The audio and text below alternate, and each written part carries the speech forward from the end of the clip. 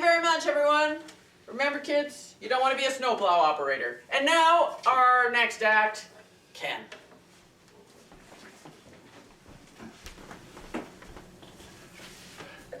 Thank you very much, Paula.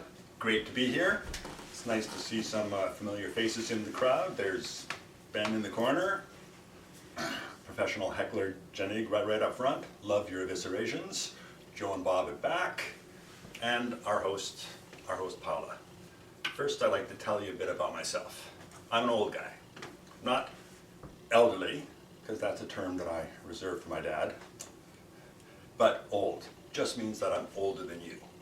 It's also a bit of a dig at the woke people who keep on insisting on choosing their own pronouns. I'm a little bit ahead of the curve. I'm choosing my own adjectives. Okay, being an old guy, it's not necessarily a bad thing, but it's certainly not a consummation devoutly to be wished. Shout out to Ben in the corner there with his degree in Elizabethan literature. He makes a great pumpkin latte. But to be honest, if I had an opportunity to come back, to live my life over as a young kid, I'd probably take it, unless, for example, I came back as Justin Trudeau's kid. Like, sure, in 40 years I'd probably be Prime Minister of Canada, but Justin Trudeau would be my formative influence. I can just imagine having to explain to everybody for the rest of my life that it wasn't my idea to dress up in Halloween in blackface. It was my dad's idea. Hard pass, thank you.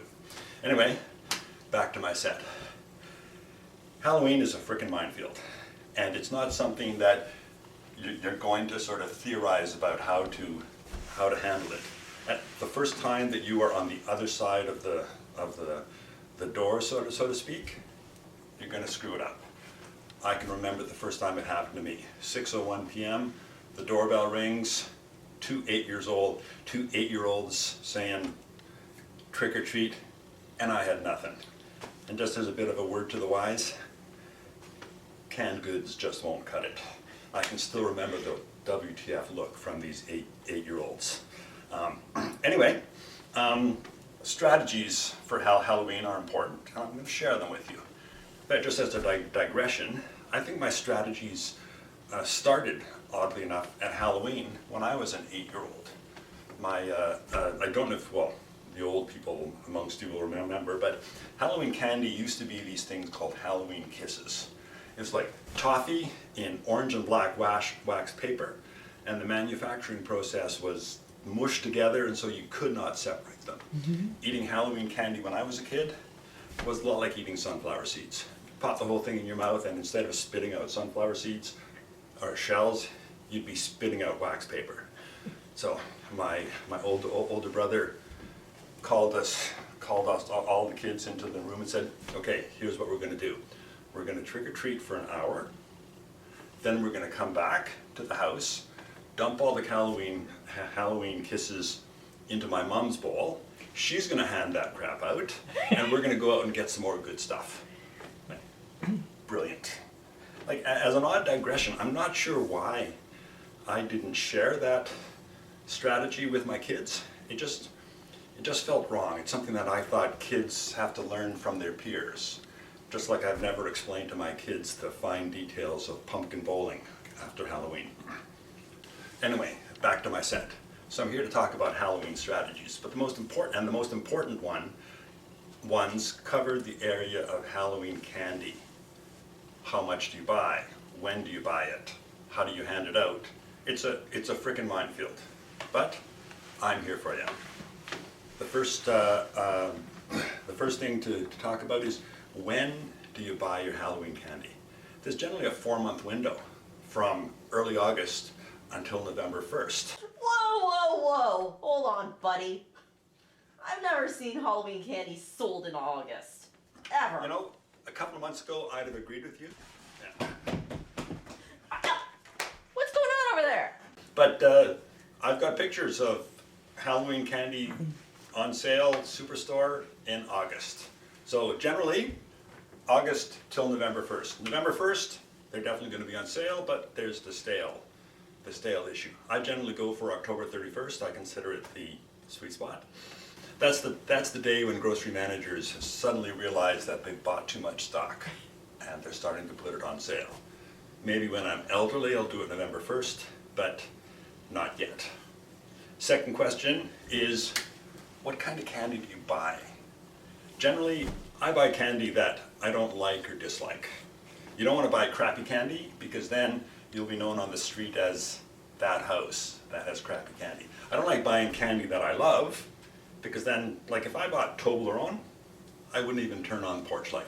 But generally, I tend to buy as a bit of a reward, O. Henry and Crispy Crunch, awesome candies.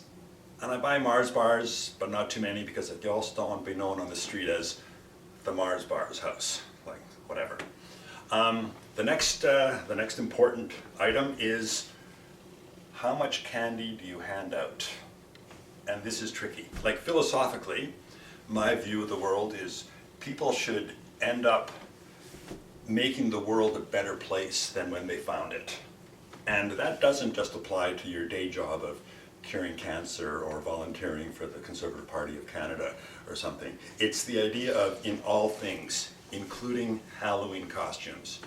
You want to incentivize improved Halloween costumes.